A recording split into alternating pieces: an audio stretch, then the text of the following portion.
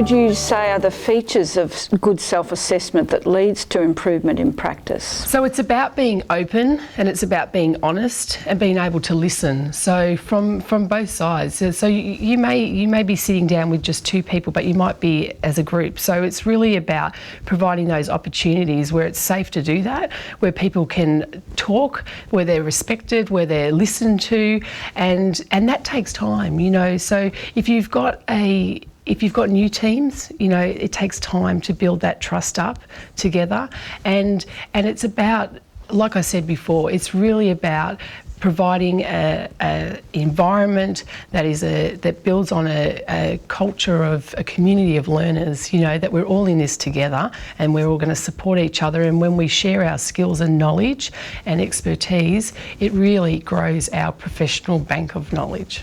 Yes, it seems, I think the Early Years Learning Framework and the NQS talk about a lively culture of professional inquiry, and that seems to me what you're trying to capture here. That's right. This lively inquiry place where people feel safe to talk about the issues that concern them and everyone is respected. Yeah, and that they ask the question, you know, ask the question, put it out there and feel safe that they're going to be heard and listened to. So who is involved in self-assessment and reflective practice in your centre?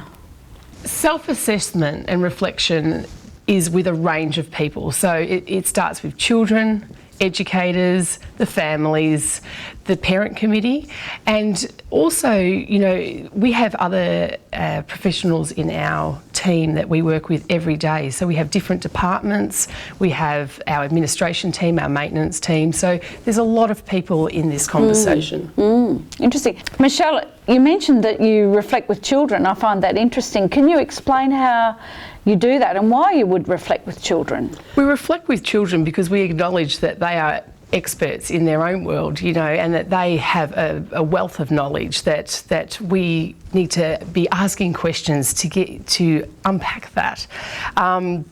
We pose questions, we help them to think about, we help them to scaffold their learning and be in control of that. We also, because we view them as capable and competent learners, we understand that children can make these decisions and that they need to be involved in their world, and so reflection is a big part of that. So, you know, the simple things like when, you know, the room might need packing up, you know, we get together with children, we ask them about why this environment has happened like this, and is that respectful, and how can they assist to keep this, you know, environment in a way that is then respectful for the next person that wants to come and engage there.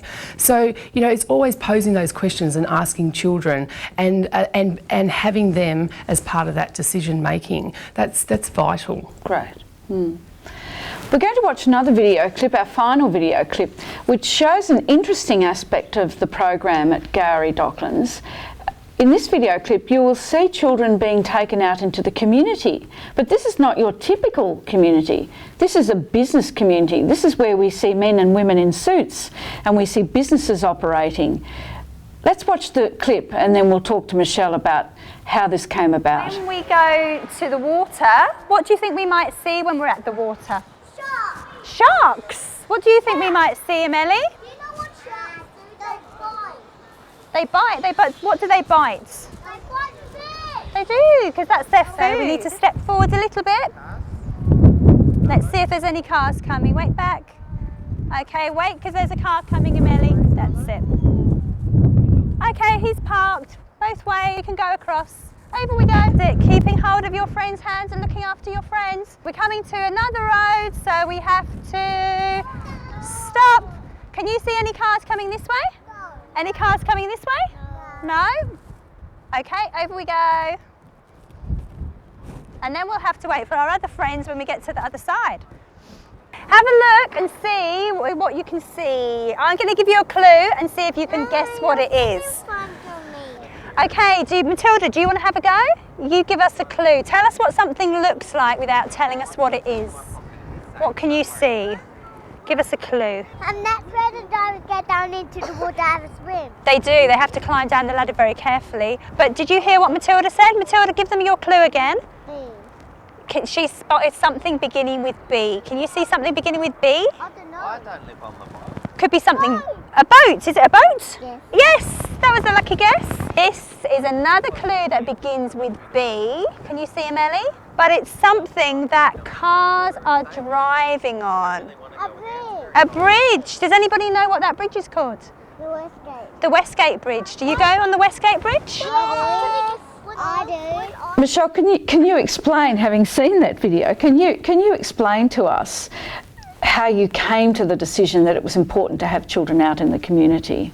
Well, reflecting on the early years learning framework, you know, the outcome of children being connected with the broader community and being in that out there, it made us really think about what we were doing and where we were at. So we've, you know, and then the complexities of being on the first floor, being in the CBD. So we really started to think a little bit deeper about that. And so were there things you had to put in place to allow that to happen? Was it a difficult administration matter? It wasn't difficult, it just took time to go through the process. So the biggest barrier for us was the signed permission form. So, you know, that put in a huge barrier for educators because at Gowrie we believe in doing things in small groups that are meaningful for those children. So our excursions are more for maybe with 4 or 5 children, you know, in a tinier group. So with that in mind, we wanted to develop a permission form that was an annual permission form which allowed educators to act in the moment and build on children's strengths and interests right in that day. So we developed an annual permission form that has a map attached to it that where families are aware that at any time children can go on excursions, and it might just be to the post office or the chemist or the Safeway, or, you know, or just for a walk to see that there is more out there in the world than the 4 walls of the children's centre. Have you any idea what impact that's had on people working in the community? Yeah, the impact that it has had on the broader community is that we are visible. We are there because we're on the first floor and we're right at the end of a street. People don't even know sometimes that we're there. So now that we are out and about and just doing everyday things with these children, a lot of people are talking about that. And the children, what do they say about being out in the city? Well, they love that.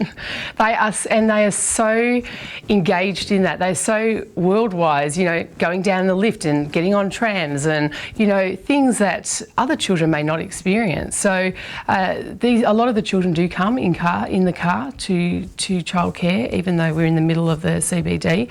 But to have those experiences, to get out and ride the tram and see how that works, or go shopping, or just go and visit the park.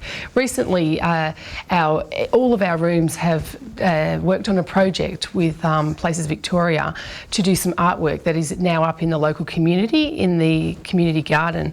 And it's wonderful for the children to be able to go out there and see their art displayed out there, and for the broader community, for this business community, to see that we have children in this very busy business world. Thank you. So thank you to Michelle and to the educators and families and children of Gowrie Docklands for sharing with us how self-assessment and reflective practice has really made a difference to the programs they provide for children and families. I think what I've learned from listening to you and watching the video is that everyone needs to be involved, and that it does require management to allow the time and the space and the mentorship for this to happen. So thank you.